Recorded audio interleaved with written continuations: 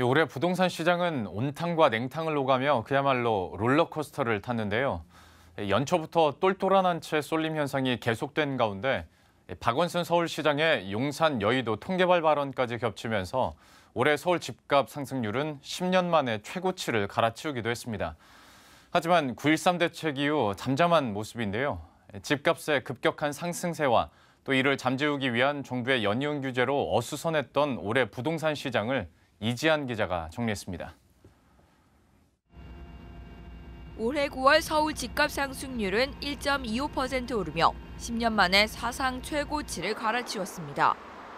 서울의 매물이 부족한 가운데 추가 상승 기대감과 개발 호재 소식이 겹치면서 집값이 폭등한 겁니다. 특히 7월 박원순 시장이 밝힌 용산 여의도 통합개발 방침이 서울 집값 상승세에 기름을 부었습니다. 개발 소식에 용산 집값이 서울 평균보다 5배 급등하는 등 폭주를 이어가자 박원순 시장은 용산 여의도 개발을 잠정 보류키로 했고 정부는 고강도의 9.13 대책을 내놨습니다. 9.13 대책은 새 정부 출범 이후 8번째 대책으로 보유세 부담을 대폭 늘리고 임대사업자 혜택을 줄이는 내용이 핵심입니다.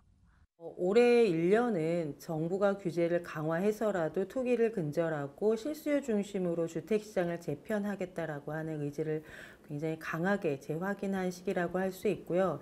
단기적인 영향은 제약적이지만 앞으로 중장기적으로 영향을 줄 수 있는 기준금리가 올랐다라는 데 있어서 가장 중요한 이슈가 있는 시장이라고 보여집니다. 9.13 대책에는 돈줄을 조이는 정책도 다수 포함됐습니다. 2주택 이상 보유자의 주택담보대출이 원칙적으로 막힌 데다 제한이 없었던 임대사업자의 LTV도 40%로 쪼그라들었습니다. 고강도 대책에 정부의 30만 가구 수도권 주택 공급 방안까지 발표되며 폭주하던 집값은 하향 안정세로 돌아섰고 부동산 시장은 관망세가 짙어지고 있습니다. 2018년도 부동산 시장의 키워드라면 대출 규제라고 생각됩니다.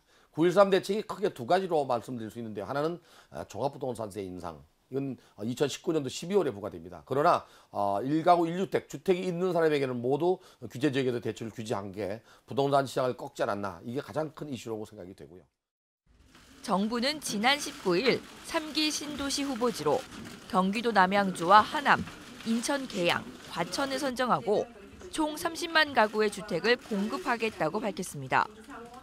그동안 베일에 쌓여있던 3기 신도시가 발표된 가운데 향후 부동산 시장에 약이 될지 혹은 독이 될지 관심이 집중되고 있습니다. 머니투데이 방송 이지안입니다.